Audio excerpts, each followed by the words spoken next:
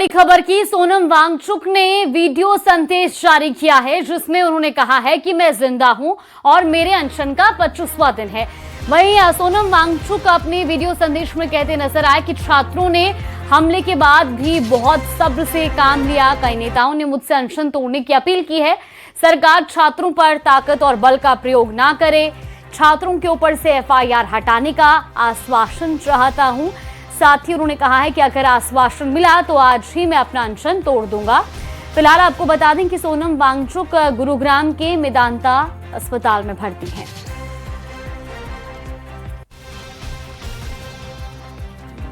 जिंदा ही हूँ। ये 25वां दिन है मेरे अनशन का।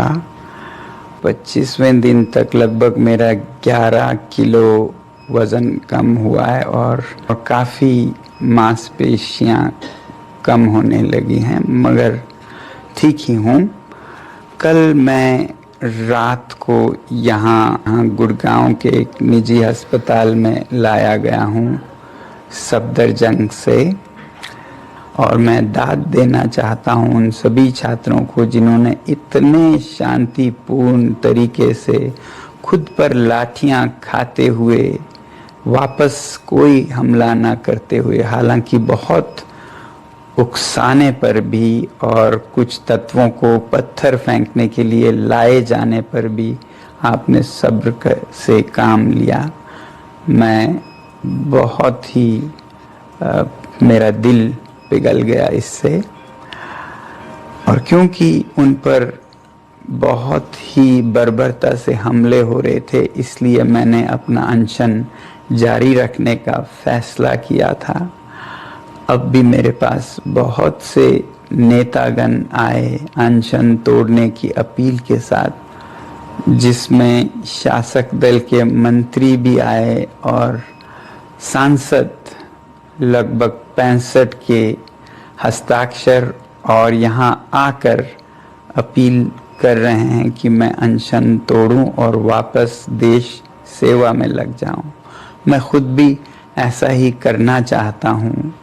मेरे लिए मेरा काम बहुत ज़रूरी है, मगर मैं सरकार से विनती करता हूं कि वो और ऐसे ताकत बल का प्रयोग न करें बच्चों पर। और दूसरी बात, उन पर आरोप और एफआईआर जिससे कि उन्हें सताया जा सके जेल या पुलिस द्वारा, ये न करने की मुझे आश्वासन चाहिए। और वो आश्वासन अगर जल्द मिल जाए तो मैं आप सबके और जो नेतागण यहाँ पर आए उनकी बातों का इज्जत करते हुए अनशन आज ही तोड़ूंगा। मगर अगर ऐसा कोई आश्वासन नहीं आए तो बदकिस्मती से मुझे। बात करेंगे राहुल गांधी की उस प्रेस कॉन्फ्रेंस से जिसमें उन्होंने सरकार पर बड़ा हमला बोला। राहुल गांधी ने कहा कि छात्र अपनी मांगों के लिए प्रदर्शन कर रहे थे, उन्होंने कोई अपराध नहीं किया, फिर उनके साथ ऐसा बर्ताव आखिर क्यों किया गया। राहुल गांधी ने बीते 10 साल में 152 पेपर लीक हुए हैं, ये बात भी कही, और ये आंकड़ा और भी ज्यादा हो सकता है। राहुल गांधी ने देश के एजुकेशन सिस्टम को लेकर कई गंभीर सवाल भी उठाए हैं।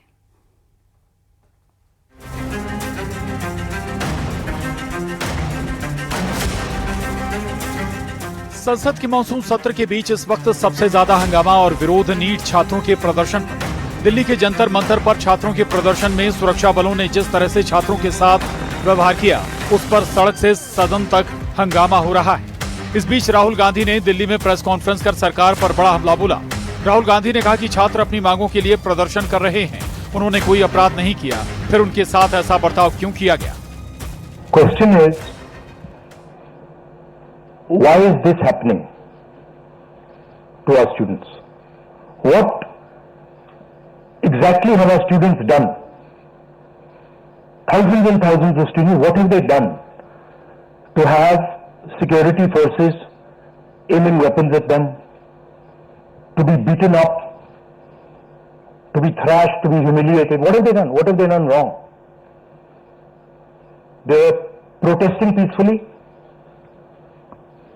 They are asking for their demands. They are asking for what this country owes them. They are not doing a crime. They are simply asking that listen. Rahul Gandhi ने सरकार पर हमला बोलते हुए कहा कि बीते 10 साल में 152 पेपर लीक हुए हैं। ये आंकड़ा और भी ज्यादा हो सकता है कि 152 पेपर लीक हुए हैं पिछले 10 साल में। सच्चाई नहीं मालूम, क्योंकि ये 300 भी हो सकता है, क्योंकि बहुत सारी बार पेपर लीक हो गया, किसी को पता भी नहीं लगा होगा, वो भी हो सकता है। बट जो हमें मालूम है 152 152 पेपर लीक हुए हैं। स्टूडेंट तैयारी करते हैं, मेहनत करते हैं 8-8 10-10 घंटे 3-4-5 साल के लिए, और फिर लास्ट मिनट उन्हें बताया जाता है देखिए जिनके पास पैसा है, 40 लाख रुपए जिनके पास है, 50 लाख रुपए जिनके पास है, वो पेपर खरीद सकते हैं। राहुल गांधी का आरोप है कि जितना पैसा हिंदुस्तान की सरकार अपने एजुकेशन बजट में डालती है, हर साल उतना पैसा एक नीट एग्जाम के लिए छात्र और उनके परिवार देते हैं।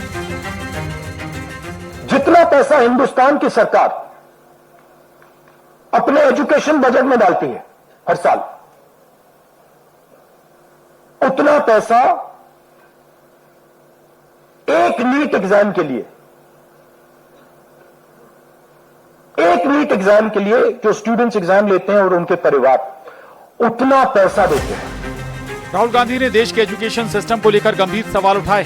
कांग्रेस समेत पूरा विपक्ष सरकार से नीट छात्रों के साथ जो बर्ताव प्रदर्शन के दौरान किया गया है, उस पर जवाब मांग रहा है। Bureau report, news 18। के मुद्दे पर संसद से सड़क तक संग्राम छिड़ा हुआ है। संसद के दोनों सदनों में विपक्ष लगातार हंगामा कर रहा है। लोकसभा में भी भारी हंगामे को लेकर संसदीय कार्य मंत्री किरेन रिजिजू ने कहा कि सरकार नीट पर चर्चा के लिए तैयार है।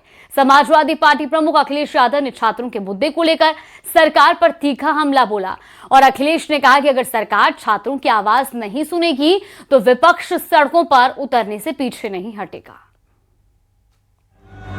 सदन की मर्यादा को नहीं बनाना चाहते तो सदन की कार्रवाई नहीं चलेगी। नीट पेपर लीक के मुद्दे पर संसद से सड़क तक संग्राम छिड़ा हुआ है।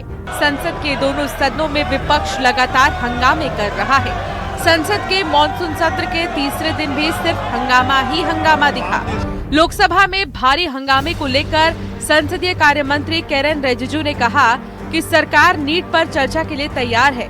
सरकार युवाओं के भविष्य पर सार्थक चर्चा चाहती है। सरकार नीट पेपर लीक का चर्चा के लिए पूरी तरह से तैयार है और हमने पहले दिन से कहा है जब चर्चा होती है तो किसी नियम के तहत होना पड़ता है और इसका व्यवस्था बनाना पड़ता है। मैं अनुरोध करता हूं कि चर्चा कब होना है, चर्चा का ड्यूरेशन कितना लंबा चर्चा होना है और किस नियम के तहत होना है।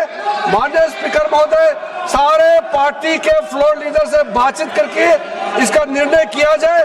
सरकार पूरी तरह से नीट पेपर लीक पे चर्चा करने के तैयार है।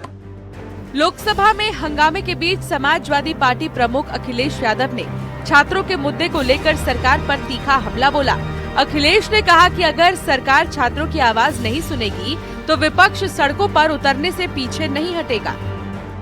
छात्रों की नहीं सुनी जाएगी तो सड़कों पे आएंगे। और जो सरकार ने व्यवहार किया है, इस्तीफा तो क्या है, इस्तीफा तो जब चाहेंगे तब मंत्री ले लेंगे, सदन के बाद ले लेंगे। लेकिन सवाल ये जो छात्रों के साथ व्यवहार हुआ है, उनके हाथ तोड़े, सर तोड़ा, उनके कपड़े फाड़े, क्या बेटियों के कपड़े फाड़ेंगे आप?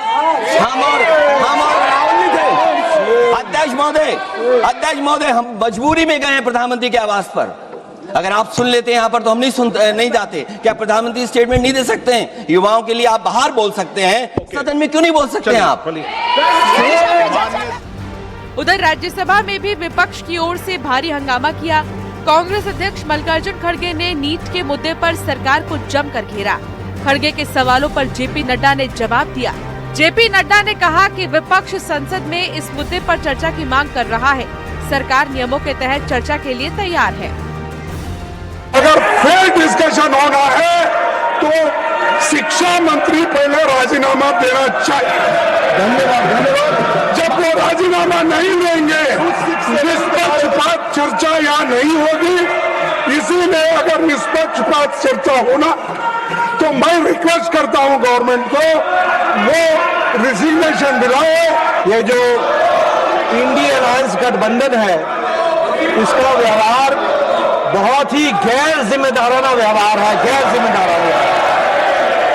और यह प्रजातांत्रिक विरोधी गतिविधि साफ साफ संसद में दिख रही है। संसद की मर्यादाओं को तार तार करके ये प्रजातांत्रिक मूल्यों का हनन कर रहे हैं। अभी अभी हमारे पार्लियामेंट्री अफेयर्स मिनिस्टर किरण रिजिजू जी ने बहुत स्पष्ट शब्दों में कहा है कि सरकार हर मुद्दे पर चर्चा करने के लिए तैयार है। नीट सिर्फ एक ही मुद्दा है जो इस वक्त हंगामे और विरोध का सेंटर है। सरकार चर्चा के लिए तैयार है, लेकिन विपक्ष मंत्री के इस्तीफे पर अड़ा हुआ है। अब सवाल ये है कि क्या संसद में मॉनसून सत्र में हंगामा और विरोध ही चलता रहेगा? Bureau report, news 18।